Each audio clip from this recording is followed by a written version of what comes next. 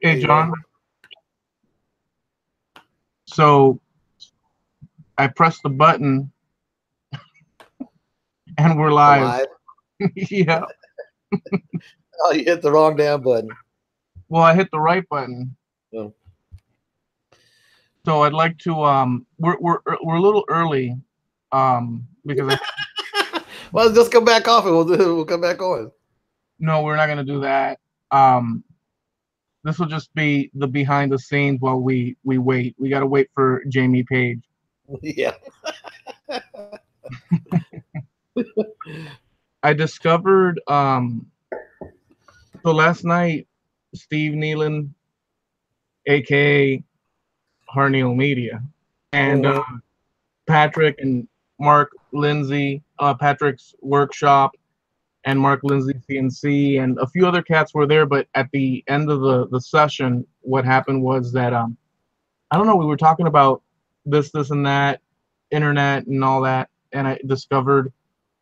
Well, I was able to fix my phone. It's not working as great this today, but I eliminated a bunch of things, and I was able to activate Hangouts on my phone. Mm-hmm. And I also discovered the added thing of like the Instagram stories or IGTV, that whole thing. Yeah, I heard about that. Well, it's funny, but I essentially so I didn't know people were doing it. I had no freaking idea. And it's basically you can post on Instagram longer stories and whatnot. So Yeah, it's 60 minutes. I think so. Yeah. And I already started messing around with that, just so I got into that whole thing. But yeah, I went next door. I was farting around next door, got back, had to feed the dog, myself, the whole thing. And I go to turn this on, and then it pops up, and I just look at the green button. I said, green.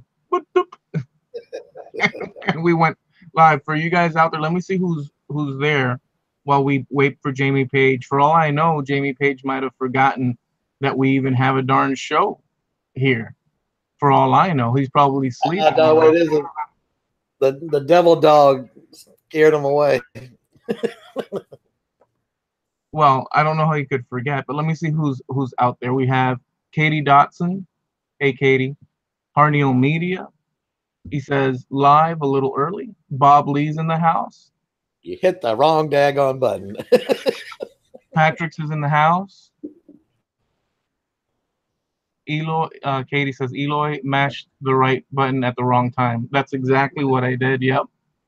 Jim Bashir's is in the house. So yeah, guys. I'm waiting for JP to pop up, but I've got, how you have certain instincts, and I've got this sort of feeling that JP might not. He might be freaking asleep or something like that.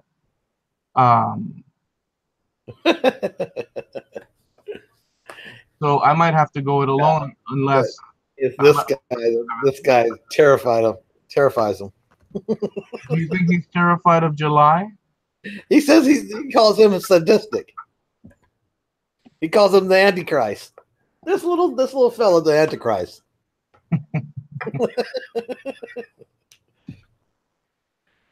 Well, in any event, we're gonna go ahead and give it a couple of more minutes, and we'll start proper, regardless of JP appearing or not. But just in case, let me see if Mark is probably eating. Oh, Mark tagged me in a post a few seconds ago on Facebook. Let me see. Hey, dude, I'm writing him a private message. Can you jump in and co-host? Oh, this should be fun. We are live early right now. And I'll tell him the truth of the matter. I pressed the button a tad. See, that's, you have to be, you have to, a tad too soon. Oh, he's typing as I was typing. He's probably gonna say, "Hey, dude." Oh, he's there. Holy crap! I didn't get to promo your show. They didn't see you in the back corner shaving and cleaning up and everything. Well, the other day last week, John, Rory Storm. I'm thinking the Beatles timeline. Rory May, Rory Storm. Rory May did a live, and what he did was he was going to promote his the zombie challenge for Halloween and all that. And he went live and waited for the people to start to gather and whatnot. So I think that justifies. What do you guys out there think? Let me see. Bob Lee. Hey, Temple. Oh, Temple's in the house. Jim Dockrell is in the house. Ooh. Yeah, I pressed the button. Eloy, send Doc the link, Harneal says. Can't. Okay. All right. Give me 1 second. Thank you for that, Steve. Okay. So now I'm typing to Mark. Okay. I got Doc. I'm saying that to Mark. And somehow Doc now is there in a minute, says Doc. Okay, so I'll say okay. It matters not because we're still a little bit early into the Heck, throw Temple on. Temple. You wanna? Let me see. Where's Temple?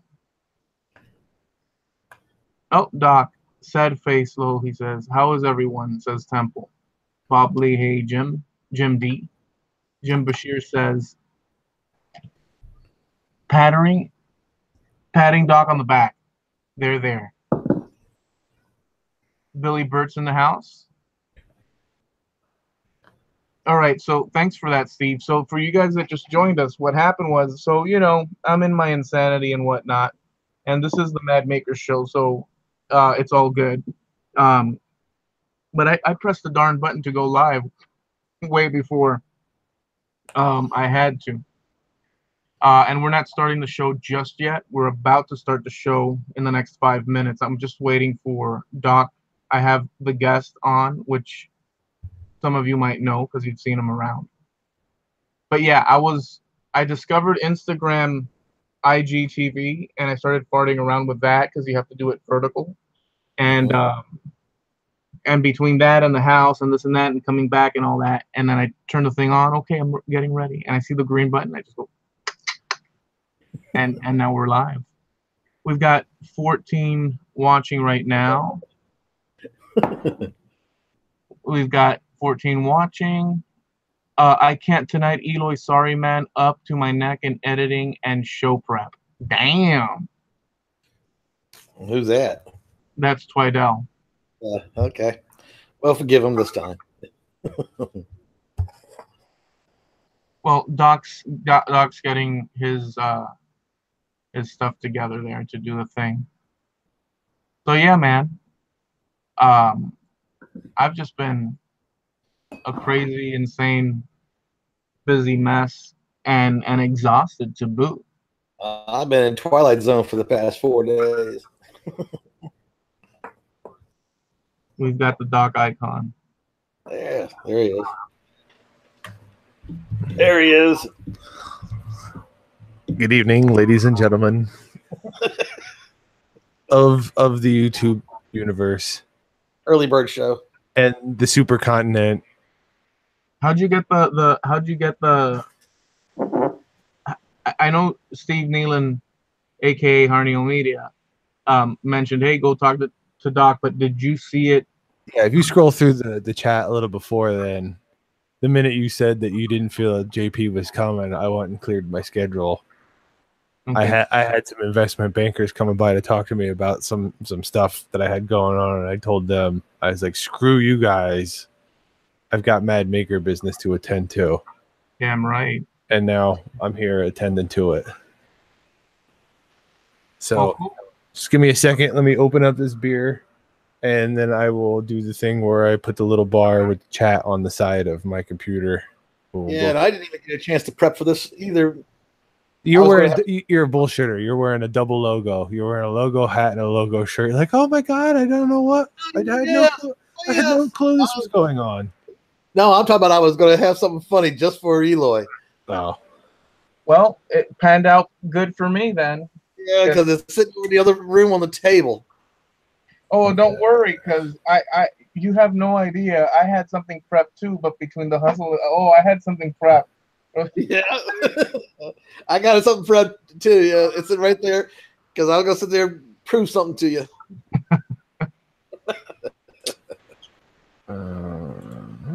Oh man, let me see if JP ever even got the message.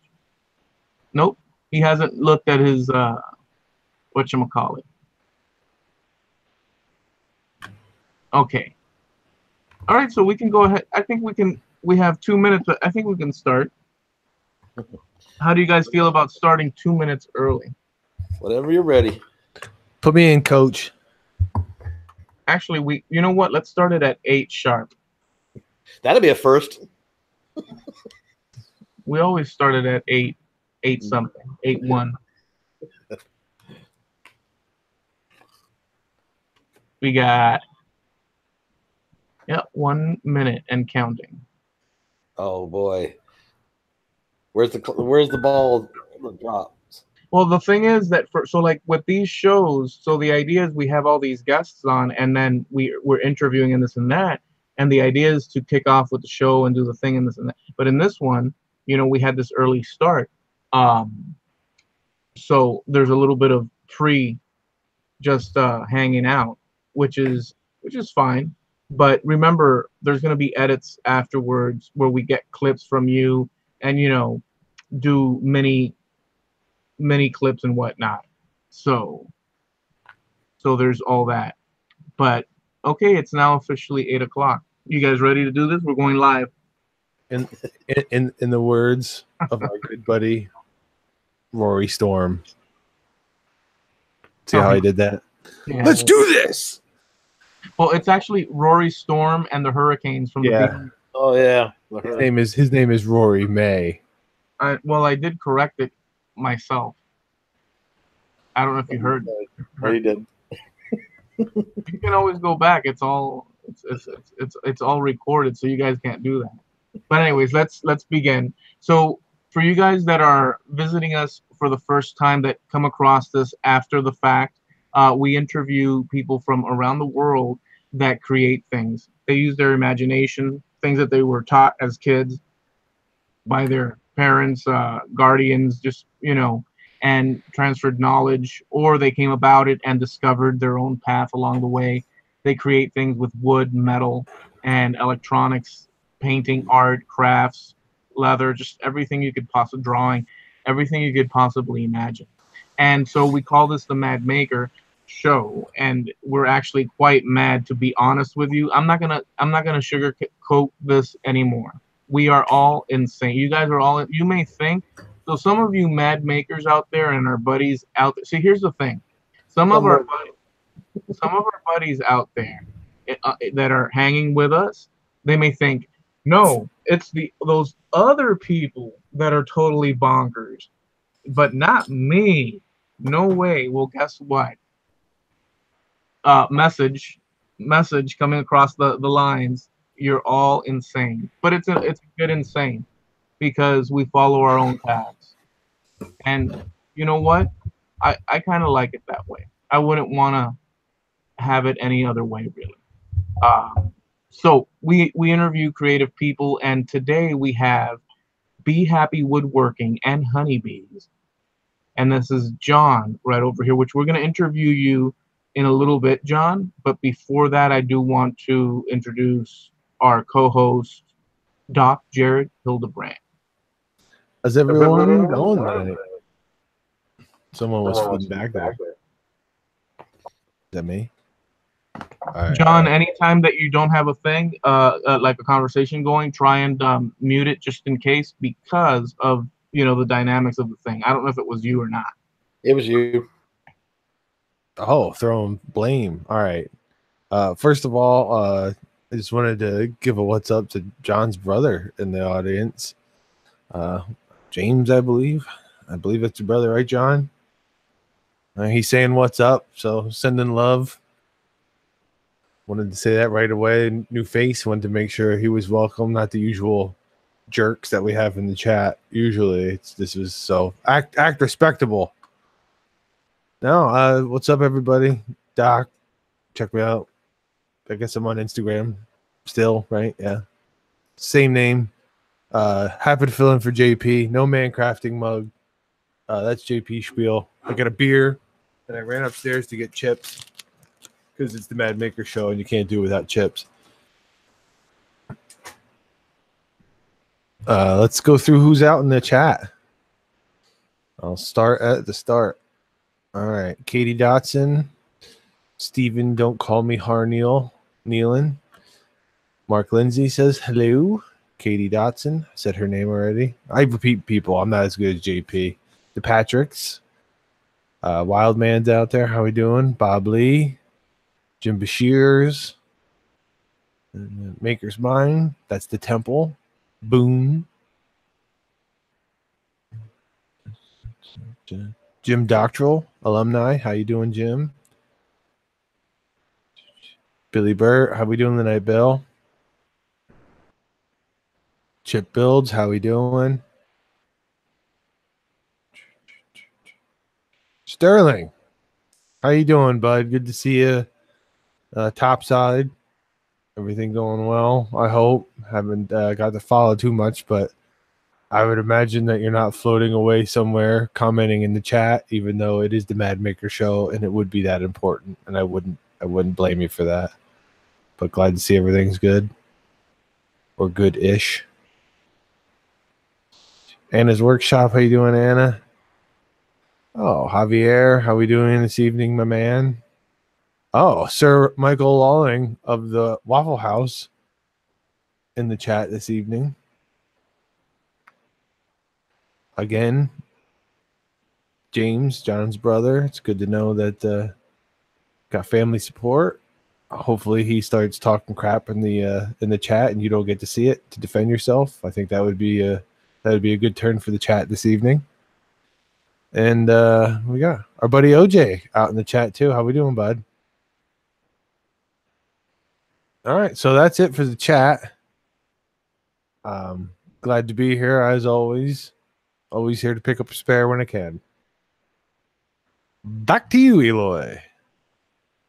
All right. Awesome, dude. Thank you for that. And I appreciate you coming on and rescuing. For those of you that just joined, I got in and turned on, because you're supposed to turn on it pops up the window for this show. And then you're supposed to link out your co-hosts and guests and whatnot prior to pressing that very, tempting green button. And it was like, what was it, 10 minutes prior or something like that? And I just automatically went and went live, and I'm like, holy crap, now what? So we did a pre-show. I remembered Rory Storm, Rory May, and he did a live, talking about his weapons challenge, the zombie one, and he went live, and he just went and stayed there, waiting for folks to come in, usher in, and then he started, his whole show.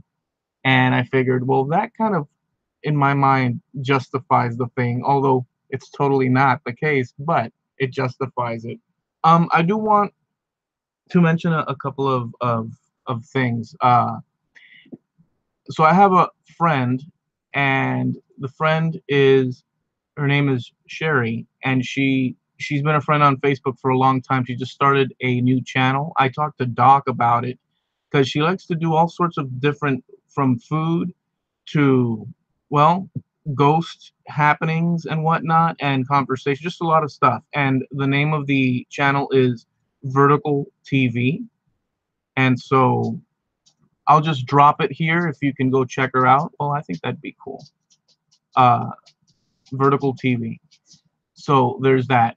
And with that said, we also have 2 podcasts that go down. One podcast is called Scratch Podcast, and I do that with Doc, Ryan Bitters and Brian Bales, and you could check that out if you type in Scratch Podcast. We go a little crazy, or a lot crazy. But well, anyway, I don't recommend you checking it out, but you should check it out. We also have another podcast that I work with Mark Lindsay on, and it's called Trampled Underfoot Podcast. So if you type those, you'll find the searches for that. So that takes care of that business. Let me see what Doc is saying here.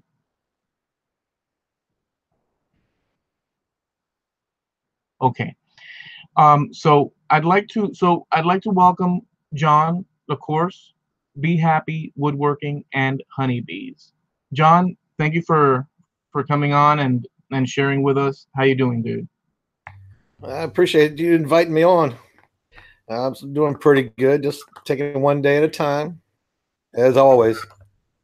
All right, so go ahead. Feel honored to be here, though.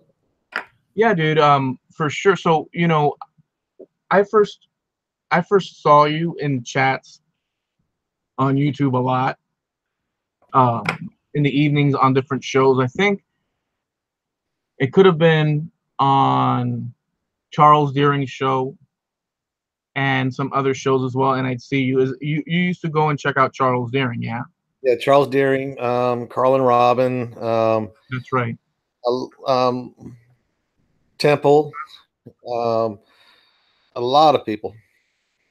I just used to go on because in the evening I was here at the house and I was taking care of my wife. So I would go online so I could be in the living room with her. Right.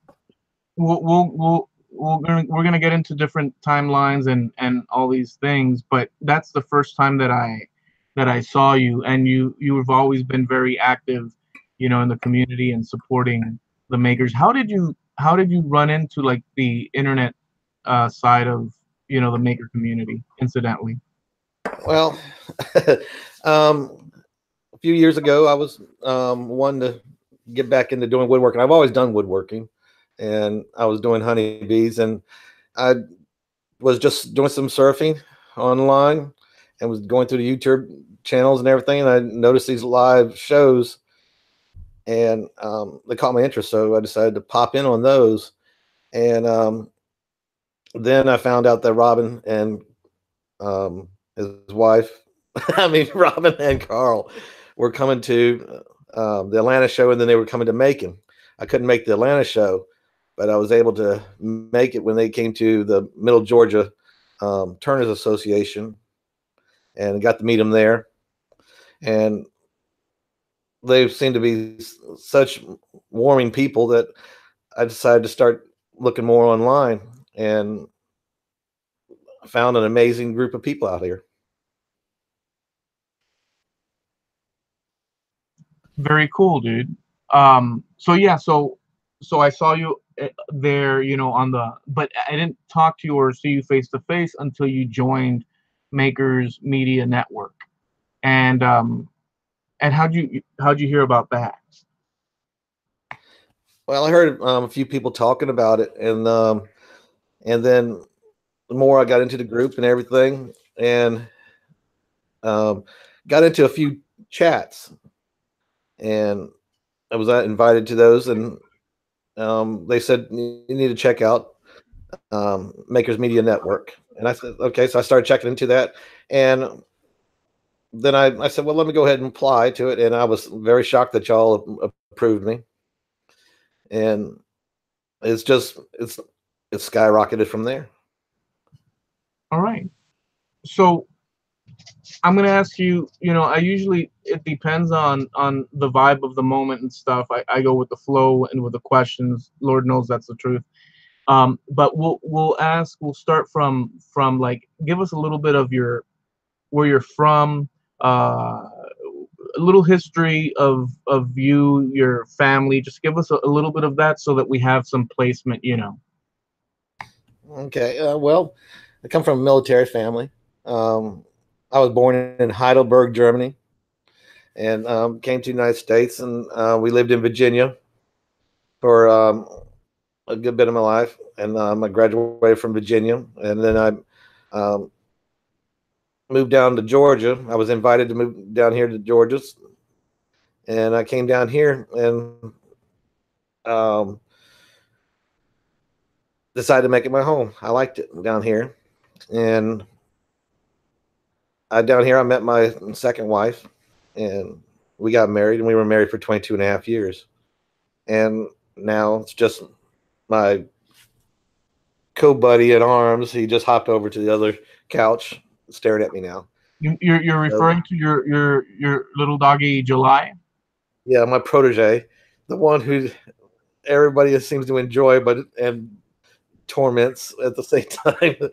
John's personal bodyguard. Yes, because he'll bark if he doesn't like someone talking.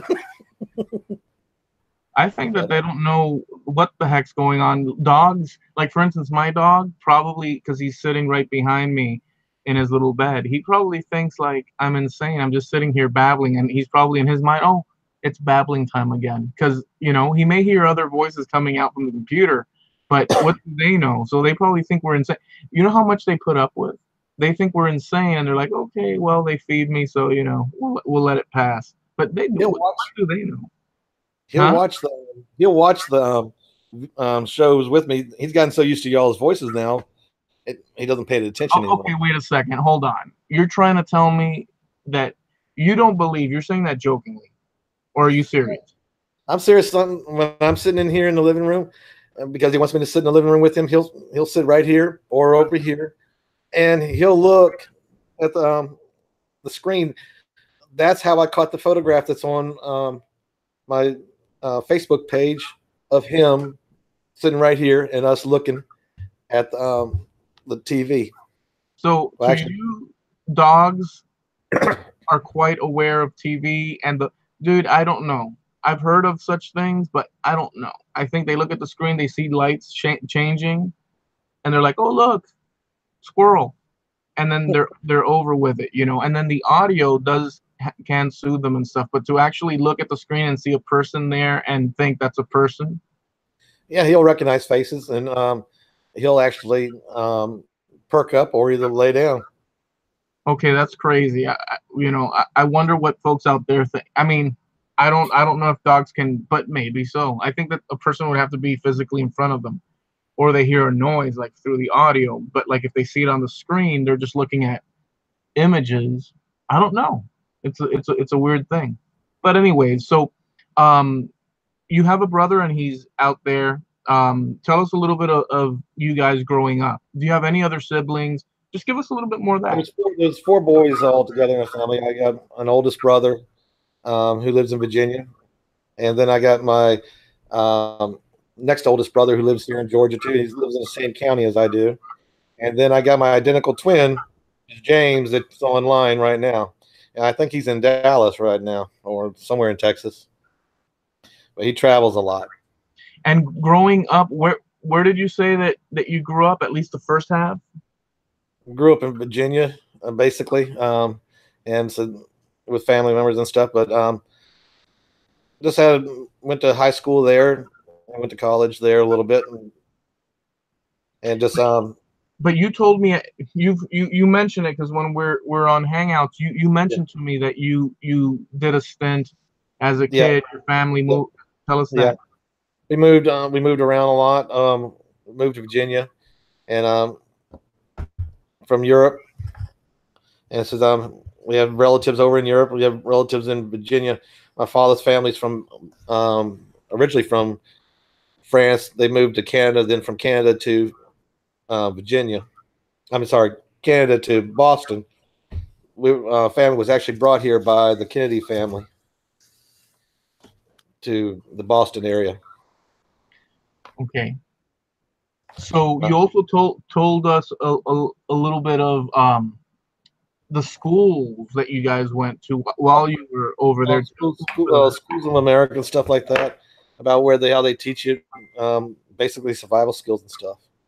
So what does that include? It's just everyday learning and regular schooling.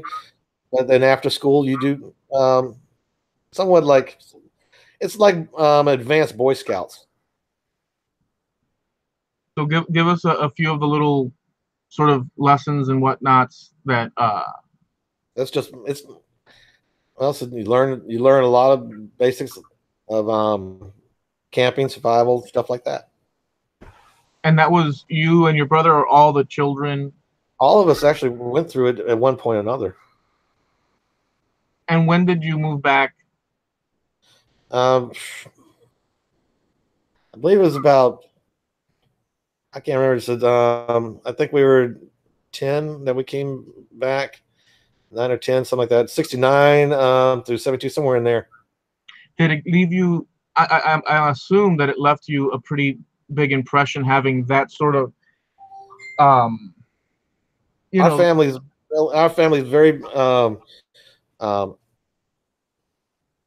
we're very stout about defending America and what it means to be a military family. You know, so when a parent serves or a sibling serves, it's not just the parent or the sibling serving; it's the whole family serving. Because we all have to deal with things that are happening overseas that we don't have control of. Instance, when my oldest brother was in Vietnam, he was MIA and POW. He was an MIA for 6 months, and he was a POW for 2 months. It took him 4 months of conversing through the jungles of Vietnam, him and another prisoner who escaped from a river detention center because they were held in bamboo cages inside the river. It took them 4 months to find an LZ so they could get rescued. wow. And he still suffers a lot from the medical conditions that he had from over there, Right. physically. And he did a lot of that. There's many times in our family says when things happen, we get a call at the house. Next thing you know, a brother or a father was gone for a little bit. We never asked why, never asked anything. So did you? So see, now that's you. Wait, press the button. The mute. Okay.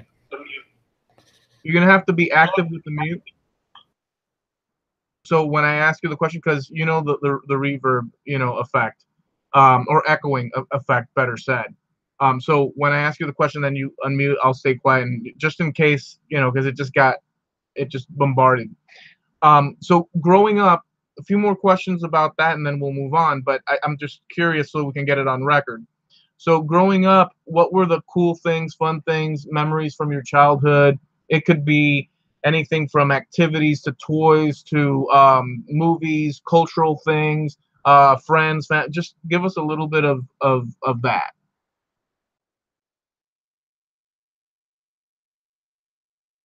Well, we were always very active growing up. As first time I got introduced to honeybees is when we had a swarm of honeybees show up at my mom and dad's house, and our cousin, well, actually, I'm sorry, my mom's cousin is our uncle, came and got those bees, and that got me interested in honeybees. And then just doing that. And then we did a bunch of other activities, and motorcycles. We used to do a lot of dirt racing on dirt tracks around the area. And so we just used to have a lot of fun doing stuff like that. Always into tinkering and building stuff. My twin brother used to love tearing stuff apart, and I used to love putting it back together. And that's how we would do things. We just used to have a lot of fun times as kids. Did you have any toys, any that you remember that you're fond of looking back? Like, for instance, with kids from the 80s or the 90s or half and half. These kids had, like, we had like all sorts of things, the GI Joes, the Transformers, and then cartoons, and there was all this just everything catering to your parents trying to, spending money on kids. Everything, was like. So was there anything like toy wise TV, just things that were iconic to you that you look back on, or is everything a total wash? And are you to the point where all you know is yesterday and today, and that's it? Tell us. I know I'm getting old, but you don't have to rub it in, damn it. But no, we were always into motorcycles and racing and boating and stuff like that. We lived near a massive lake that we used to always go water skiing and fishing and camping and stuff like that. But mostly it was just I remember is the motorcycle racing that we used to do in the area, and that be working on a motorcycle, tearing an engine apart, rebuilding it. Learned how to turn a wrench from a kid. And so we would always get older bikes and old scrap bikes and turn them into dirt bikes, racing bikes. Very good. Now, press the button. Okay, so now let me ask you this. We've got questions coming in, and I know that Doc, I want you to know that I know that, but I want to do two little things here before we move on to that bit. So John, my question is, and I asked this of Rory. Actually, I asked this of Rory, or maybe you guys did in the Scratched podcast where Rory Storm was there with us, or maybe I did it on the show as well, or both. So can you tell us some childhood thing that you might have done that you got in trouble for, or were you just a total saint? Is there any time where you got totally busted for doing something, or never did get busted, but did something that was, be it breaking a window, just anything? The better, the bigger the splash, the better. I want to know, because I want to put it on record. Our biggest thing was my twin brother and I used to get the teachers in trouble all the time. We'd be having lunch together. They would always keep us separated in school because they knew if we were together, there was a big problem. Well, a lot of times our classes would accidentally have lunches together as kids, and we would always they kept us separated normally by one table, the classrooms by one table. So we would actually sit at that table in between facing each other. And on many occasions it happened where the teacher would come up there after lunch and grab the wrong twin. And many a times we get the teachers in trouble for being in the wrong classroom. So you guys would switch places? Well, and not intentionally, the teachers would actually grab the wrong one. Oh, I see. Wow, what a mess. It always came up for a lot of fun things. In high school, we took drama, and that's where I met Blair Underwood. He was actually my understudy for Jesus Christ Superstar when we did it for a competition, and he used to help us build the stage sets for the school plays. And he's a real nice guy. All right, so okay, cool. So that was that, and the next bit. Actually, I have two more little mini bits. Number one, you guys out there, most of you know John already. We're trying to get him, some Instagram views so that folks can.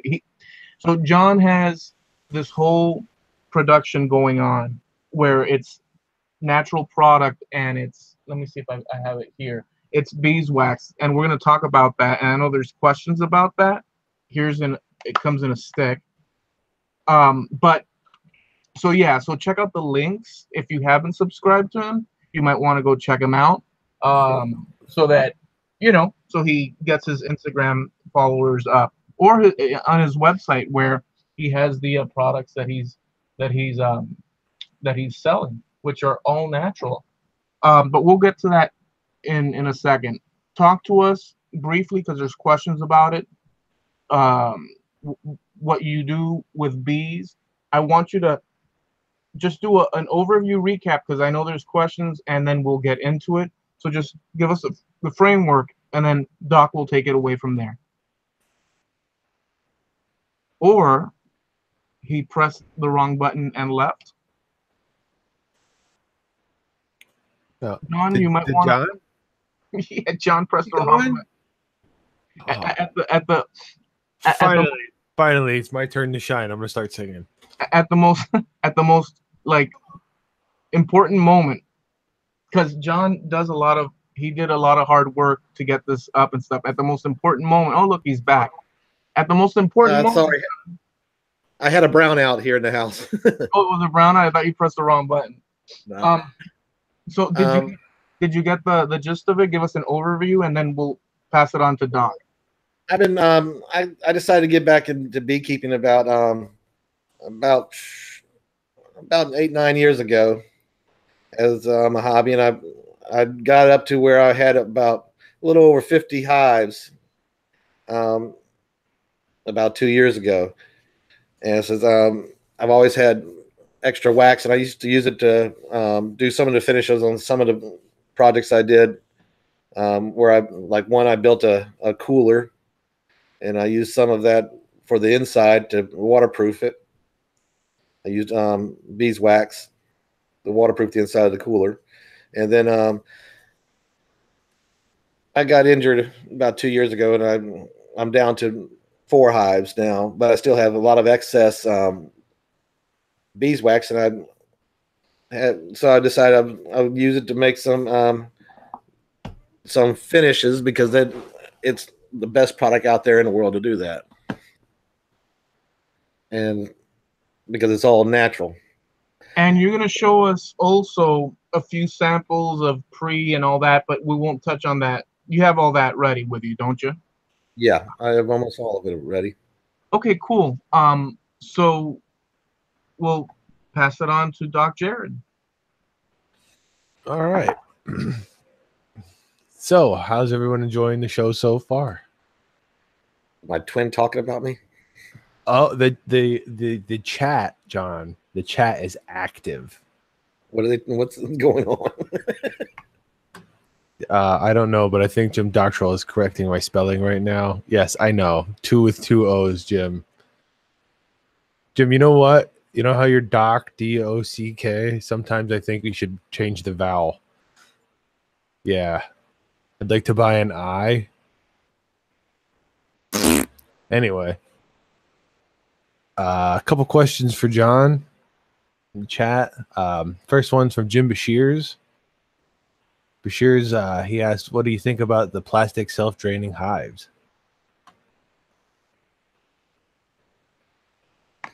That's because of my injury that I had, where basically my arm was almost ripped off, and I got a lot of nerve damage and muscle damage, and I can't lift up hives anymore because I was dealing with 120 pounds at a time. I've purchased one of those honey flow hives in order to test it out.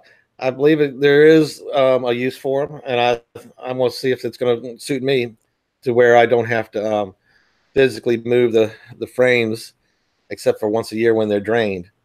But I think it's an interesting concept, and I want to delve more into it. Very cool. Very cool. All right. Now, we had some very misguided people in the chat. I'm going to go ahead and take license here. We had some questions being thrown around, John, about bees. A lot of people think they're very funny, and they're not.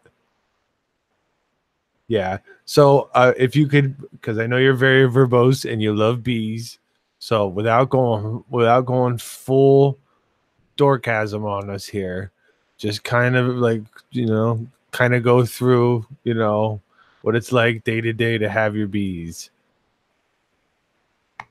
Well, there's only certain seasons that you work the bees, and that's spring, summer, and fall. And you check them in the spring and add more supers on top of them, which is where you would collect the honey. And then you hope for a good flow, and then you pull the honey in the midsummer and spin out, and then put them back on and hope for the second flow that we have here in the southeast. And then hope that they make it through the winter. You check them to make sure they're healthy and that you got a good population. Is there anything you do for them in the winter other than hope? A lot of hope and prayer. There's not much you can do for a hive in the wintertime. You make sure that you check them once in a while when it's warm to see if they have enough stores of honey to make it through the winter. If not, you add more to it. I'm a natural beekeeper. I don't feed my bees any sugar, water, or any food supplements. I let the bees be the bees. Okay, so you don't feed them anything at all then? No, I have like I said, I'm a natural beekeeper. A lot of beekeepers do feed them supplements, but personally, I believe that causes an interference in the natural order of the bees, which makes them more susceptible to diseases and parasites. All right, this question's from Sir Michael Lawing of the Waffle House. He wants to know, what do they naturally eat then? Just bees consume honey, and they consume pollen, which is the white stuff and the yellow stuff that they gathers on their legs. It's what's called a pollen sac. That's where they collect that. It's actually catches onto them as they visit flowers, but when they're there, they're actually going for the nectar, which is a little bit of water and sugar, but it's very watery, and that's what they collect. It takes a honeybee its whole life, which is approximately during the summer, 45 days, to collect a teaspoon of honey. And that's what they bring back, and they mix the honey and the pollen together make what's called bee bread, and that's what the bees consume. all right, so bee bread. I like it. I never heard of. Now we know bee bread. Dun, dun, dun, dun. We need the rainbow with the star, and now you know. The more you know. Dun, dun, dun, dun.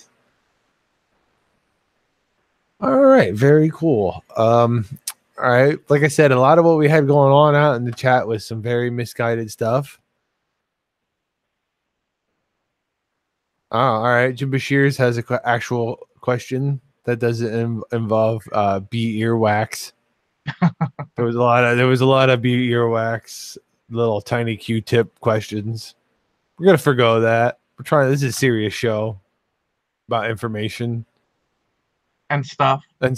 So we're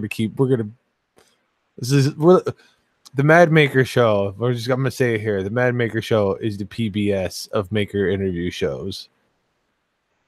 I hope that's good. Yeah, I think so. We're educating the public. E. Okay. Yeah. We are. We're here for them. Did you see my surprised look? Oh yeah. We are. Yeah. This is the first rate. Yeah. Jim Bashirs wanted to know if hornets ever get into the hives, like those huge Japanese hornets. Do you ever have to worry about anything like that, or is that pretty much not an issue? Around here, if you have an active hive of hornets, which is not likely, it's not really a real problem. So necessarily, not really. So the most we have to worry about is what's called a wax moth and viromites. And there's also comes called hive beetles. Those are the three things that you have to really be concerned about attacking a hive. If a hive is weak, though, it can actually destroy a hive.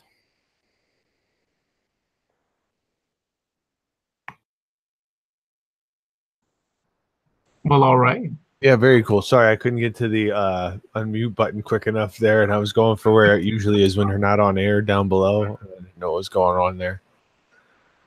Jim Bashirs with an actual question there. I think we should document that. Usually he's a Weisenheimer in the chat, and that was good. All right, Katie Dotson wanted to know, have you ever had a problem with your bees dying off for a reason you didn't know about? You hear a lot about stuff like that. Did you ever have unknown issues?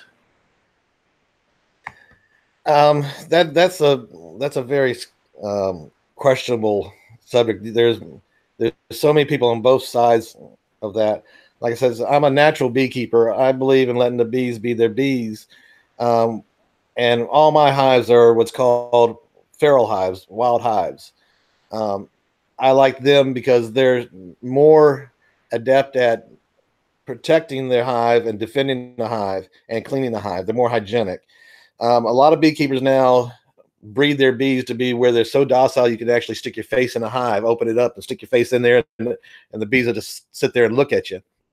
To me, that allows them to be more susceptible to invasion from hive beetles, Vero, because they're not as cleaning themselves as well. Hive moths, which can get in there and totally destroy the framework of a hive. Plus, also, you have beekeepers who feed their bees a supplement of sugar water, which does twofold. It can actually dilute the pure honey that you're getting, or it could introduce diphtheria with the bees, and they'll basically have the craps, and which weakens them, and they become more susceptible to other diseases. So, like I said, I prefer wild hives. Now they're more pissy, which means if I go into hives, if I go in beyond the super into the brood chamber where the queen's laying, they get ticked off, and they will come out and they will try to sting me. All right. Happened again. Just really slow to the draw today. I think I might need a new mouse or a new hand or a brain. I don't know. But either way, I'm not very fast to the draw tonight. I can always put in the all right in between. Yeah, I'm glad you're right on top of that because I'm slow to the draw tonight. I think that was just about kind of it. So when you go at them, John, you have one of the bee costume. I don't know what else to call it. Your beekeeper attire. I don't want to insult you. Normally, I wear just it's a fishing net, a gnat. They call it a gnat suit, which is just a jacket and the hood. It's very thin. It's mostly keep mosquitoes away from you because I know how the bees are reacting. If they're reacting wrong, I just walk away and come back. But if you get a real pissy hive, we call them pissy hives. You have to realize it's a hive full of women. Sorry, Katie. But this is a hive suit. This is a hive jacket, rather. This is called a breezy. And this is it's a hood, and it's double layered, so this way bees can't sting through you and get you. And you just wear that, and you wear long pants and some. I use the plastic gloves that you use for mechanics gloves. Those plastic throwaways, disposable gloves. I use those because a bee is not going to sting you unless you do one of two things. You squish it, or you aggravate it so much that it's going to go in defensive mode, because a bee does not want to sting you. That's the last thing on its mind, because when they sting you, they die. When they sting you, a honeybee is different from other stinging insects. The fact that when it stings you, the barb on the stinger literally gets stuck in your skin, and it pulls it out of the abdomen of the bee, and the bee will die. Basically, it's tearing the abdomen out of the bee, and that stinger stays there and keeps pumping venom in. Not like a wasp or a hornet, which can sting you multiple times. Yeah, so bees have to really think about it, huh? They're more likely to headbutt you, literally headbutt you, to get your attention, to get you away. Those darn hornets, man, they built them to last, didn't they? Yeah. They're tanks. It's like when you have breakfast and there's bacon and eggs. They say that the chicken was involved, but the pig was committed. It's that when a bee stings you, the bee is committed. Yeah, man. All right. Are we good? I think we're good. That's it for Sterling wanted to know if you smoke. Yes, I do use. I use a smoke also. This is a smoker. It's just basically a bellows that I fill with cedar shavings or wood chips, and it just has a bellows in it. And the bottom of it, it just blows into the bottom of the chamber to keep it um, burning. So this way you just smoke. But I use that very sparingly because you can actually use too much of it and aggravate them even more. Basically, when you smoke them, that makes them lose a scent in the hive because they're constantly giving off a pheromone to communicate with each other, and they will actually gourd themselves on the honey because they think there's the chance that they may have to leave to protect the hive. But I normally use honey. I'll drizzle honey on frames, on tops of frames, and they'll go and feed on that while I'm working on the other half of the frame, the other hive, the half of the hive. But hopefully, if the flow hive works out, I won't have to go into them but twice a year. Very cool. Very cool. Mute. And if you want to see what this is, Oh, go ahead. Go ahead. this I don't know if y'all have ever seen. This is part of a super. This is where we normally a beekeeper collects the honey. We put this on top of the hives. It's a smaller box. The brood chambers are normally 9.5 inches. These are 5.5 inches, and this is in a separate box. This is what we use to collect the honey from. And during the flow, we would put these on there, and they would fill this out. They could literally fill out. There's 10 frames in a full size hive box. They can literally fill these up in a week. A strong hive can fill this up in a good flow. They can fill up each one of these bars, all 10 of them, in less than a week.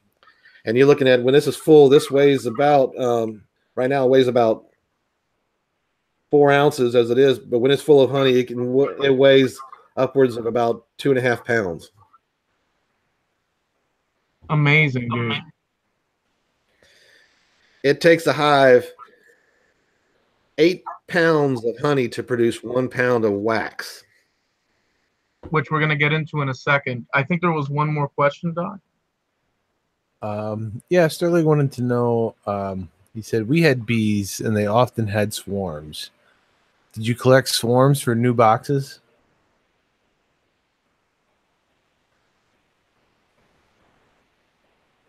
Unmute. It wouldn't do it. Yes, most of my hives were brought from swarms or from bee removals when I would remove hives from people's homes.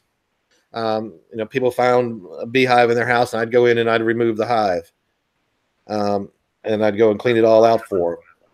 And I would take the bees and put them into a new hive and put them on my property. But I would also collect swarms, which is when hives every once a year will always swarm, at least once a year. Normally in the springtime when they're real strong just before the flow or right at the beginning of a flow, the old queen would leave the hive, and about anywhere from a third, half to 2/3 of the hive will leave with her to make a new hive, a new home. And the old hive would actually raise a new queen for the hive. Do me a favor, John. Don't look at the actual chat. I'm not looking at that. Okay, so that doesn't. Okay, all right. Because why? Because you could get distracted and we want you focused. I was trying to remember my train of thought. Well, that's actually I was trying to say that in a kind way. Doc, this old geezer will be here later. All right. So your brother wanted to know, do you ever use any of that wacky weed when you're smoking them? or the sentence could have been, when you're smoking them, do you use that wacky weed? Oh yeah, you don't smoke the bees, although I'm sure they're delicious. Anything smoked is delicious, but So how about it? No, I don't stone my bees. That would be a good way to distract them, though. If you had to go after them, you could do that, and then put on like an episode of Scooby Doo on your phone, and they would all be enamored with it, and then you could just go work in your hive, and then it wouldn't even matter. All right. I have thought about trying to pour a bottle of liquor down to see if they would go for that, but they wouldn't do that. All right. Well, we're gonna move on to this bit here. So, John,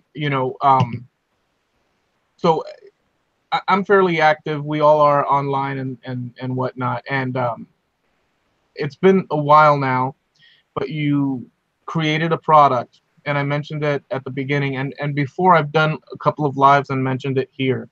On the marketing side of things, so John does this beeswax, all natural. And he's going to tell us about it, but out of his home, right? So this is the perfect example of a maker. A person doing it on their own, producing a thing, as handmade as you can get. It's an all natural product. And that kind of thing, it inspires me, and I've wanted to push that as much as possible. You sent me a sample to try out, and we have this that's the soft, and I'll open it up, and I'm sure you have them there and you'll talk to us about it. I'm just showing my part of it. The soft, and I've dug into it, as you can see, but I'm very I'm holding back on it. Oh, look, Jared, I'm going to share his screen so you can see. He's got that too. Yeah, I'm a big fan myself. I believe I'm the only one using the Happy Wax on boots. And let me tell you, it does a, in the words of my grandfather, it does a real number on them. I don't know what that means, but it really does a nice job. It cleans them up nice, conditions them. Well, I'll tell you what. So I'm wood turning now. I've been doing handyman jobs. My brain is so screwed right now. I've been doing repair next door, so I haven't been on the lathe, right? But I used it on the lathe, and they've been doing it with pens. I think Harneal Media, Steve Nealon has been using it on his pens. I think that Daniel Harju of Country Bed, he does custom beds. We interviewed him. You guys know him. And if you don't, check him out, Country Bed. He did, like, I don't know how many beds, and these are custom recreations, and he used John's beeswax. So anyways, John, you're selling these on your, and it's not like, you're not becoming a monopoly millionaire, but you're selling these at a great price, and it's an all natural product, which you can actually tell us a little bit about it, please. Oh wait, look who showed up. Who's that? Ladies and gentlemen of the Mad Maker Show, say hello to July.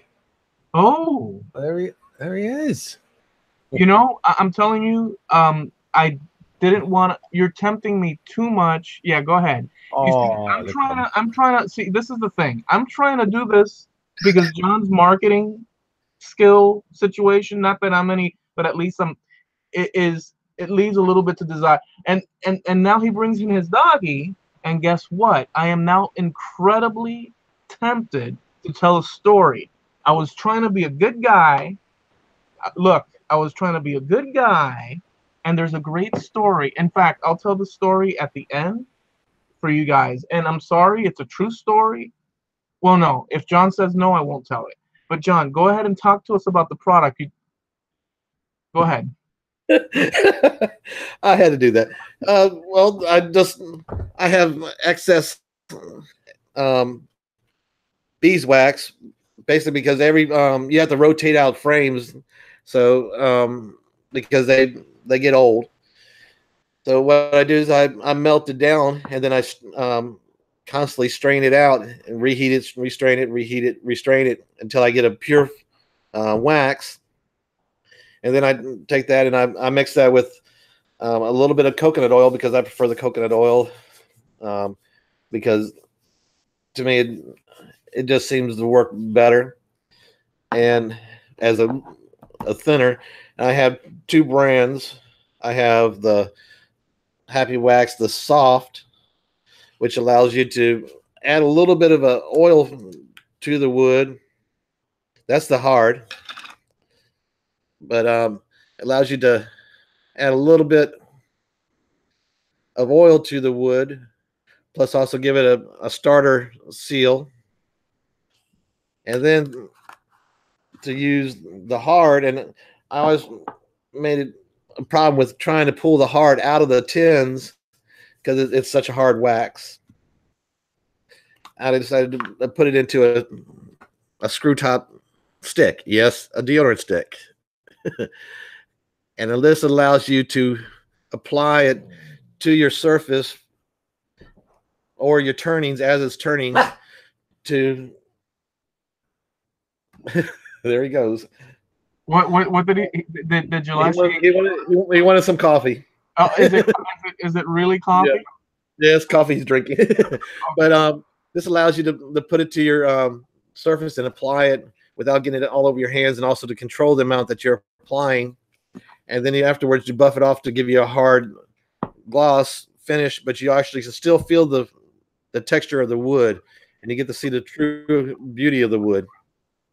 Now, what's the difference between, so, you know, because so there's other types of finishes out there in this net. This is not in competition with any of those. This is okay, correct me if I'm wrong. It's a completely natural finish, as natural as you can get to protect the wood or whatever you're using, you know, the piece. It doesn't sand or polish. Well, it polishes, but it doesn't like scrape, right? So it's as natural as you can get without going into, you know, it doesn't tint the wood, only to its natural color that this adds, which is very subtle. You end up with a natural product. With a natural piece. Is that fair? Can you expand on that or correct whatever I said? Yes, this is not made to sand and polish the wood. This is made to this is made to give you a hard finish or semi-hard finish, which is what they used to use in the olden days. They used to use beeswax all the time, and but it's not, like I said, it's not made to give the sand or to bring it down to a starting for a finish. This is the finish. And who are the makers that have used your product thus far, and what they for? I know I mentioned Steve Nealon used it on his pins. That's all he ever uses on his pins, and because he likes the surface of it and the finish of it. And then you have Doc, who's hold on before you go there. Harney, link to those pens so folks can see it. Go ahead. And then you have Doc, who's using it to finish. I'm sorry, I have to get up so he'll come up here. This is what we go through every night. See, now he's right here next to me. Go ahead. And then Doc uses it for his shoes, which you can actually use this for many purposes. You can actually use it for your hands if your hands get chapped. Doc, those get chapped. The mallet. Continue on. You guys are the hardest thing to like produce here. I'm sorry, but I do have a child in the house. And then we have Sokomo, who's been using it also for several of his projects, and he said he loves it. And then we have Daniel Harju, who's been using it to finish a few pieces of his a few of his beds, because for natural finishing, he seems to really like it a lot. He likes the finish of it and the feeling of it, and the fact that it's all organic. Well, probably he doesn't want to add another layer of. He wants that natural, because these are antique reproductions. So he probably, I haven't asked him. I didn't ask him, but he probably wants to have these beds as a natural, protect the wood and stain or die, or it's natural, but he doesn't want to add to it. I'm assuming. Yeah, well, and you have to realize that's what they used to use in Europe on furniture a lot. That's one of the original finishes they would use. They would apply that to actually waterproof the wood, so this way to keep it from staining in foods, staining it on the tables and such. But that's what they always used, and because it was easy to apply, and easily to remove to piece of furniture. So it never added a lot of buildup, and it never had a lot of buildup to it. Right. So mute for a second. So we've had you trying to explain the bit, your dog July barking, echoing, going on as the conversation goes, just total mayhem. And the most important and crucial thing, because guys, the whole thing is that we're makers and we're trying to push John's product because he just came out with it. He bought. We're gonna see that next. So you can explain that, but he prepped all the sticks. He bought them and the tins. He's done a whole thing, right? And he's working with the bees and whatnot. It's a whole thing. So that's an honorable thing to do, and we want to push it. And then at the crucial moment, at the most vital crossroads, what happens? July is full-fledged barking, and there's echo. What do you have to say about that, John? But when you got a child in the house, what do you expect? I got to take care of this child. All right. So did you show us the actual wax, like a solid? Did you bring the solid piece? No, you never did.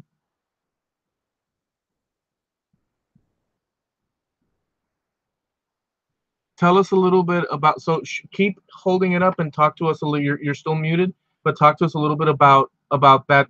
It's right now in solid form. What do you do to get that? How do you, the whole thing? Just tell us. Well, this is after it's been cleaned about 15 different times to get all the pieces of bits and pieces of shells, pieces of wood, pieces of dead bees, and also honey that's left in the frames. So you have to keep cleaning it and cleaning it and cleaning it by process of heating, cooling, scraping what they call sorghum, which is the trash off the bottom, and then reheating again, and just doing that process till you come out with a clear, clean block of beeswax.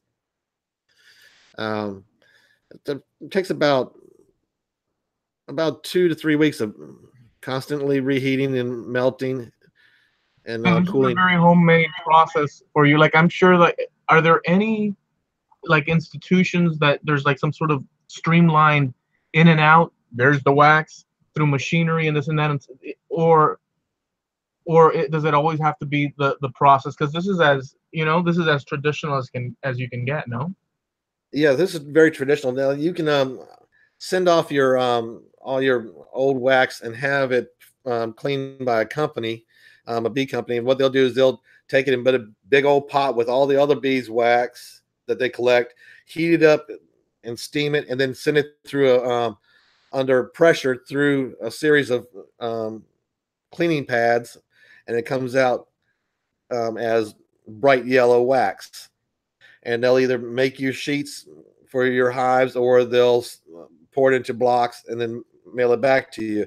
But you have a mix of everybody's beeswax from who knows where. And the problem is that some beekeepers do treat their hives. They treat them with chemicals for Vero, and plus also you don't know whether that hive has been in an area where it had gotten hit by chemicals out in the field. So I prefer to use my own wax. I do have another friend who also is a natural beekeeper, and I know exactly where his hives are and what's going on with those hives. And he gives me some of his excess wax too, because he doesn't want to spend the time processing it. But I have to know where those hives are, what's been around those hives, what wax, what have they been exposed to. Right. So okay, so with that said, going to the actual, you know, cans, the tins, and all this, can you tell us a little bit about the, so essentially you came to us, the way I remember is you came, not to us, you came to MMM, and as time went on, you started saying, oh, I'm going to be doing this, and we're like, let's help you, with ideas and whatnot. And you came to this conclusion where you have the stick and then you have these tins, which I think is brilliant, right? I mean, it's just brilliant. Can you tell us a little bit about that process? How'd you come to this idea and the tins, and a little bit of that, those conversations, and in your mind reflecting and stuff? Because this is a whole business thing, and it's, as again, I don't want to reiterate, but I'm going to reiterate, it's like, to me, it's like, it's as homemade and natural to what we do, as can possibly be. So I'm totally supportive of it. Tell us a little bit about the backdrop of deciding on these, containers. Well, first off, I came up with the soft because I felt that the tins made the best packaging for that, because they came with the seal that would actually make it stay. I call it stay fresher, because it won't go bad. The shelf life of coconut oil is about 5 years. If someone's very seldom will ever someone keep something on the shelf for 5 years and after 5 years use it. But it does have a good strong shelf life. How I came up with the deodorant stick is that I was looking for a way to package it that made it so this way, because it being harder makes it harder to bring out of the tin, dipping it out. So I figured with a screw top stick, this would make a perfect application process, because you can actually control how much you're using and how much you're applying and where you're applying it at. And looking at different containers, this became, because these are made out of recycled plastic, which made them secondary use, which made another thing that I liked about that, because it's actually using recycled plastic. Yeah, absolutely. And since I did look at using the cardboard containers, but the cardboard containers just didn't have the feasibility to contain this. And since I wanted something that they could actually, someone after they used it, they could cover it, so this way, and seal it, so this way it wouldn't get dust or dirt or sawdust on top of it. Now, so folks have been purchasing this for a few weeks now, because you came out with it. I remember. Mute the thing. Yeah. You guys got to be on it like that, man. This is live. Damn. And I love how I dropped. Did you see how I threw Doc under the bus? Doc, what do you think of that? Now that I said the brown cow, look at these headphones, Jack. Hey, wait a second, John.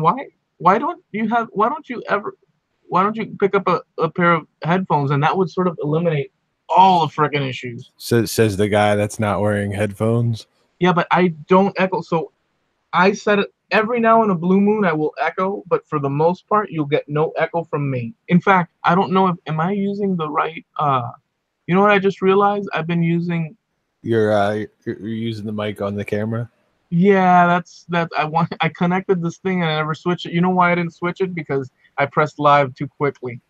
But Well, point taken, Doc. You burned me, man. Burn.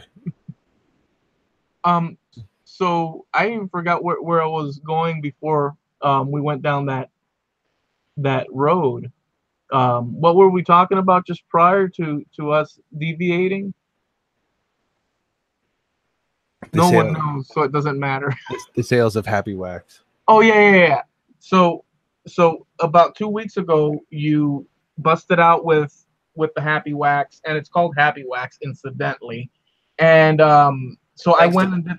What's that? Go ahead. Thanks to Doc. Oh, what do you mean? Explain. I was calling it Be Happy Wax, natural organic wax finish, and then Doc was using it on his shoes, and he calls this Happy Wax, I guess because of happy feet or something like that. It's shorter. It sounded just, I don't know. It sounded better to me. I was calling it Happy Wax, and I was like, you know what? You should just, Happy Wax. It's where it's at. No, but totally, dude. Like Doc, I was there when he said it because we were on the hangout on Makers Media Network, and Doc said you should call it Happy Wax. Yeah, and that's what makes MMN. I always say now you're apart from everything, you're gonna now this HIldabrant. Boy, this is that's what makes being a member of MMN such a great thing, is that everybody comes together to work together to make everybody improve. I wanted to come out with this product. Y'all pushed me to go the extra step, and then when I was having the branding issue, Doc come up with this great name. I mean, it's more of a family atmosphere where we're there to support and help each other to grow. Totally, dude. Think tank. That's what makes MMN so special. Well, when you say it that naturally, it must be on your mind all the time. Oh, hey. Say it. All I see is the red and the yellow guy walking down the street. Say it really quickly. MMN. Peanut butter MMN. Oh, the first mention of peanut butter was not from me. Here it comes. I can say whatever I want. No, I'm not saying you can't. I'm just saying that the first mention of peanut butter was not from. How much did you have to drink that night, and or what was going on? So we won't mention the look. All our buddies out there, they get it. We won't mention the price, but check out so you could go look at it, guys, and that'll help traffic towards the site as well and share it around. Check out all that on his site so you can see what he's done. And by the way, your site is run through HIldabrant Media, which is Steve Nealon, right? Yes. Yeah. Steve basically helped me. He put it basically together for me. And the shirt too. Remember the shirt you're wearing? So he designed the shirt logo. We're here. And so I came up with the B, and he came up with the design around it. So, like I said, this has been basically a big family effort. Oh, wait a second! You didn't have the B prior? I mean, you didn't have the. I had to be already on there, but I had Be Happy, and it was similar logo, but it wasn't quite the shape this way. But he designed a shirt for me. Now, John, let me ask you. So how did you come about? Obviously, we know that you work with bees, but tell us a little bit about, the name and all that. A little bit. Well, I've been selling honey to the sheriff's department in the area. They bought almost all my honey exclusively because they use it to prevent their allergies. And that's another thing about honey. Honey has a 1,000,001 medical uses, including they use it on burn patients, wound therapy, and they've also doing a bunch of cancer researches with honey and what's called the propolis part of the hive, which is the glue that the bees make. But I've been doing it for several years, and my wife was talking, and we were trying to figure a name, and she says, "Call it Bee Happy because you're always so happy when you're working with the bees," and that's how I came up with the name Bee Happy. Very good. And you know what? It's funny because whenever I would see the name, where you pop up in a chat and stuff, and I say "Be Happy," it's always a instantaneous positive message, Mhm. which you can't help but feel positive just from seeing that, you know. And so it does have that effect. Yep. Absolutely. I don't know if if that's the same thing with other folks or not, but with me, yeah.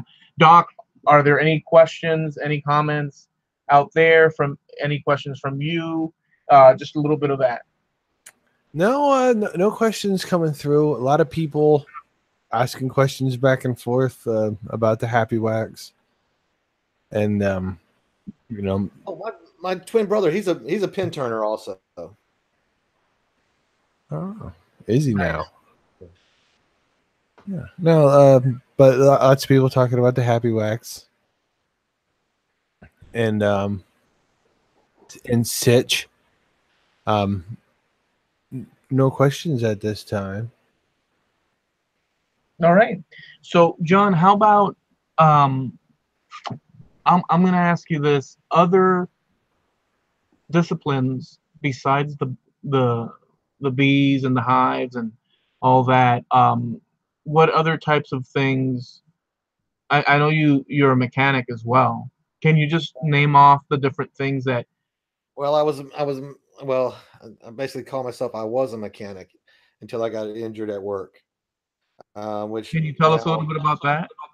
well, at work they had me. Our department was actually the go-to department whenever they needed something special done, or another department did not want to perform a duty they were supposed to be doing. And we were at a facility, and they had me taking care of a stairwell that we had some um, homeless people who moved into it, and we after they were evicted, they had us go in there to clean it out, and because there was um, human excrement and all that where they were living at in the stairwell, and I was pressure washing it, and I was in a hazmat suit. Um, Unfortunately, I wasn't wearing the proper gear for hazmat, unbeknownst to anybody, and there was evidently a slick spot on the flight of stairs at the top of the flight of platform on the top flight, and I hit it with the chemical I was using to clean the stairwell and disinfect the stairwell, and I proceeded to slip in that spot, and I went over the rail towards the platform below, and fallen head first. And I had let go of the pressure washer hose, but my hand had gotten caught in the handle of the pressure washer hose, and about 5 feet before I hit head first on the cement, it snatched me back, literally snatching my arm back up out of the socket and rotating it back, tearing all the tendons, muscles, and nerves from my shoulder and neck area all the way down to my fingertips. And proceeded to split my shoulder socket in half. And Geez. they had to basically rebuild the socket. I have no bicep in my shoulder anymore. They had to remove that. I have nerve and tendon damage all the way down to my fingertips. That is my fist now. I can't make a fist tighter than that. I can't lift more than a pound past my shoulders. I can't move my arm straight out and raise it up above my head. But it saved my life. Yeah. I went through about 15 hours of surgeries. Did you Were you awake the whole time when you after Um, or did you pass out? no, I was awake because I had to crawl out of the stairwell to my director of our department was actually I was lucky enough he was there outside the stairwell. I crawled out to him and said I was hurt. I was hurt bad. He knew something was wrong because he said there was an ungodly scream out of the stairwell. I don't remember any of that. And then proceeded to get me to an urgent care center. And 12 days later is when I went in my first surgery. My goodness. Yeah, you've been through a lot. Mm-hmm. Yeah. And you still have And difficulty and pain. That was during the time my wife was in her end stage of life. Yeah. Which that's another thing. Y'all helped me a lot. Yeah, it's been you know, we know because we talk. It's a very difficult thing that you know, this life is not an easy. I mean, this life is not easy at all. So, yeah. Yeah, John, for sure. You know, man, you've gotten the short end a couple times, even in the short time that I've known you. I have nothing but respect for you, and you being able to show up with a smile and a positive thought is it's mighty good of you, and it's inspiring in a lot of small ways. So don't overlook that, man. Y'all been great. Yeah, appreciate that. Now, I'll ask you, you know, and I'll ask you this, you know. So, and I mentioned this to a lot of people to see what their thoughts are, and it's very surprising too when I ask this question. I think folks out there know, or at least once I start. So, what is John's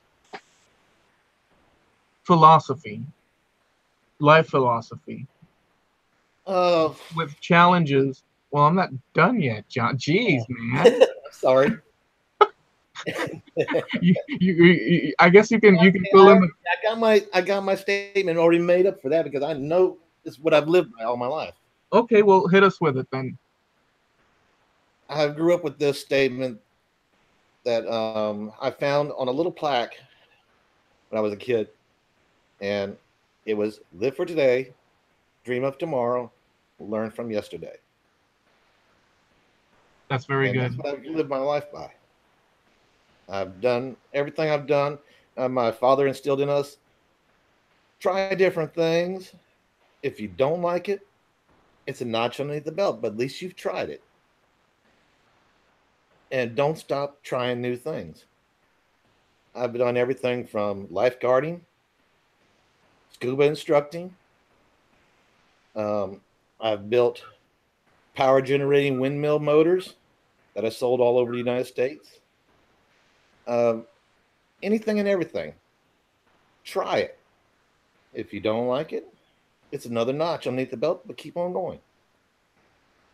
Find something till you like it. Yeah, like, you know, because there's also a lot of people in the world that will say, you know, oh, well, you can't do that, don't do that, or this or that. I mean, and many with good intent. So like years and years ago, before I worked at a cabinet shop, I wanted to build my own kitchen. And the mindset is the tradition, the normal thing to do as a typical citizen of this, as you go to the Home Depot or you go to the cabinet place or you hire and you know, depending on you end up with a white Formica, horrible looking. And I said, oh, I'm gonna make my own kitchen because the old one had been flooded out. This whole house was flooded out, and I can't think with my echo. That's you, John. That means you mute yourself. It kind of kills the effect of the whole story when that kind of thing happens, John. But so, anyways, long story short, a buddy of mine, you know, he says, "Well, you could do all these things, but are you sure you're gonna go get into doing a whole kitchen? I mean, you know, that's a bit." And I had that moment of doubt, and I said, "Well, maybe I shouldn't, you know," and this, because it's such a big thing, and you have to. And I said, "Screw that. You know, life is short," which it is. I said, "Screw that," and I went, and built the whole kitchen, which you can see on my channel, on YouTube. But the point is that you have to go for it and do things, and not worry within reason, not worry. Do you agree? Oh yes. You know, if something's not right, do it yourself. You know, you only know what you want.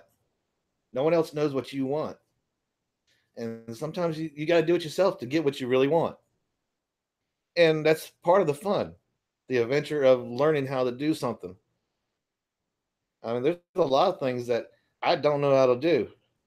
I've learned so much about CNCs from this group that I actually went and bought a CNC a very basic CNC, and I'm putting it together so this way I can learn from that so I can move further up. But if CNCs don't work out for me, it's another notch underneath my belt. Yeah, and it's good to take advantage because you have all the Mhm. people with the echo. It's good to take advantage because you have all these people with knowledge of CNC in the Makers Media Network group. And by the way, guys, for those of you that have not, so you can also check out Makers Media Network on the internet, and it's basically us, friends, makers, and there's a hangout, and people share ideas. Like I always mention it, at whatever level. Steve Nealon has done a lot of, shirts, like all our shirts are in one store. Positive stuff for the community, that you don't really see in other places that we sort of, so it's a good thing, you can sign up to join if you so wish. You can check out the website makersmedianetwork.com. So that's out there. But yeah, very positive. Take advantage now that I would like to have I can't do it now. I'm tied up in other things, but I'd love to have a CNC as well. That's your cue to say something clever or not clever. Hey, all you gotta do is purchase one. Dude, you guys, look, there's pauses, there's troughs in conversation, and you gotta jump on it, man. Hey, we're not all TV personalities.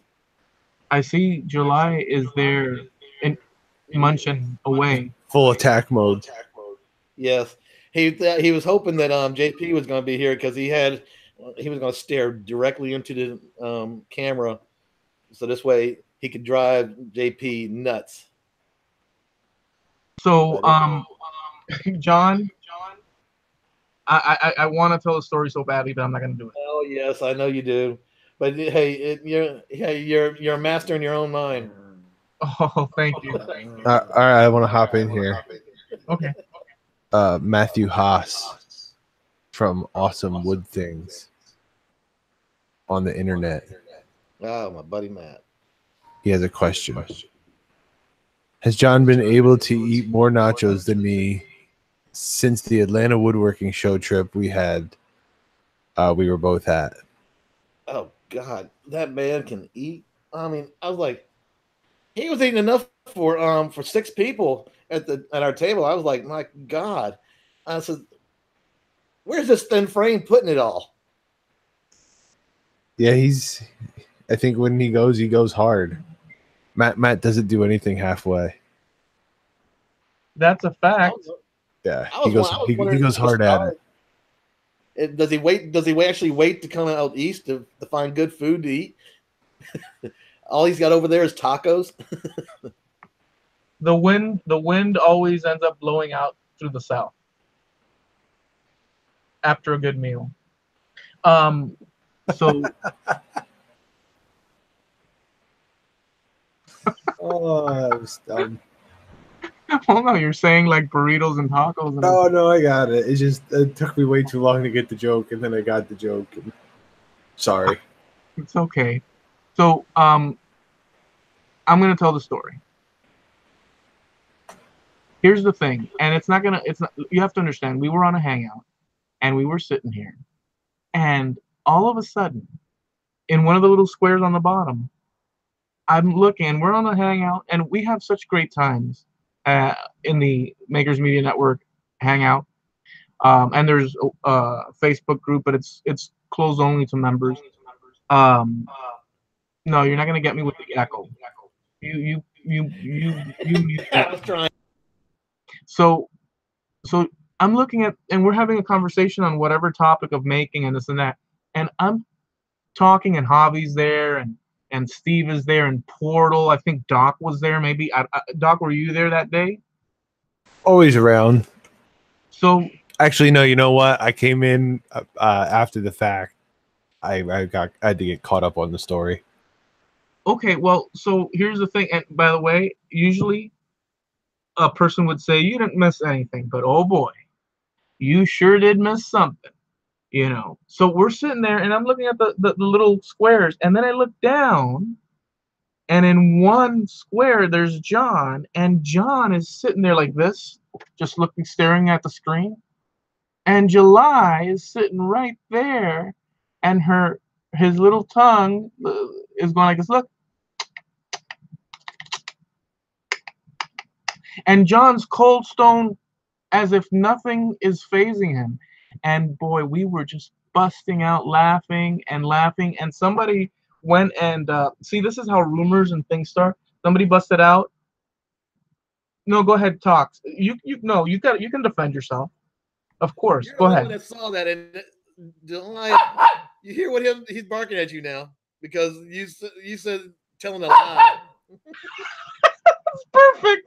She's okay. So somebody said something about, oh, there's probably peanut butter there, and all of a sudden, so months after, randomly, people will mention peanut butter in reference, and it's like the biggest, funniest inside joke ever. What? No, go ahead, defend yourself, dude. You're the one that said peanut butter. I did. You know what? I don't remember that.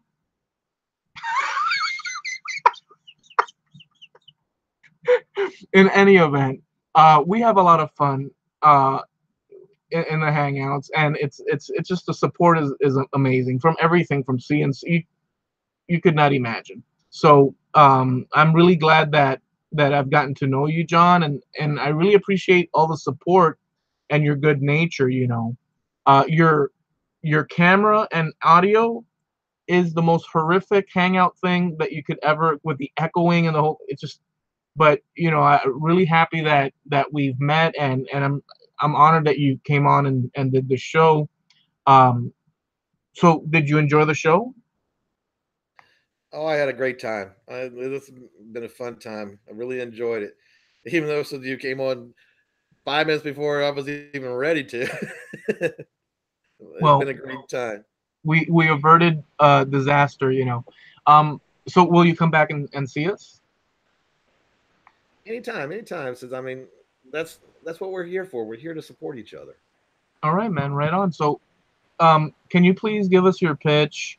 Where do you want folks to go visit? I've done my bit because I really want your items to succeed, and continue on, So you've been making sales throughout the weeks, and I just want to propagate this. It's always the marketing of it and saying, hey guys, go check this out or share this and that. That's always kind of like the most difficult thing. But with that said, where do you want folks to go to visit you, to subscribe to you, follow you, whatever the case? Tell us. Okay, so I'm at BeHappyWoodworking.com. I'm also on YouTube under Be Happy Woodworking and Honeybees. And please help support me to feed this dog. So say that one more time without the barking. Help support me feed this dog. Let him know, July. Let him know. Okay, one more time without the barking, and go. No, unmute. He ain't gonna let me, but BeHappy.com. He's upset because he didn't get his interview. So go to your website mainly, yeah? At BeHappy.com, Be Happy Honeybees. Be Happy Woodworking at honeybees.com. At Be Happy Woodworking and Honeybees on YouTube. I'm also at Be Happy Woodworking on Instagram. And I believe that's it. All your links are below in the description so folks can check them out. You know that all these people out there are your buddies and we're all part of the same like-minded group and stuff. Some of them might not know you and they can go check you out. And then people after the fact that come across, this can go see, and that's what it's all about. So thank you very much, John. Doc, what's been going on with you? You too. Right on, dude. Doc, take it away. Again, it's always lovely to be on the show, especially hanging out with guys I know. So good on you, John. Good episode, right? Decent interview. You weren't as long-winded as I thought you were going to be, so that was good. I thought you wouldn't shut up. So that's good. You knew when to stop talking, which is important when you're on the show. No, I'm just busting your chops, buddy. It's good to see July getting his licks in. Of all the people that we pick on, I feel the worst for July, who just takes shrapnel by association. Poor little guy. July's the victim in all this. Yeah. Hey, he said this has been going on. We're running over, so he said y'all need to cut it. Yeah. So again, I am at Jared HIldabrant, and yeah, thanks for showing up, everybody. Thanks for having me as always. Have we received word from the Bulldog? Yes.